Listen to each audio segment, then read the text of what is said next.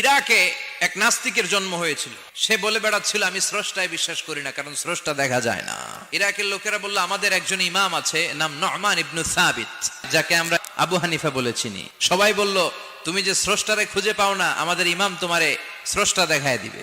সে বলল ঠিক আছে, তাহলে তোমাদের ইমামরা আসতে বলো। এই ডিবেট দেখার জন্য হাজার হাজার মানুষ এসেছে ইরাকের কুফানগরীতে, সবাই এসেছে।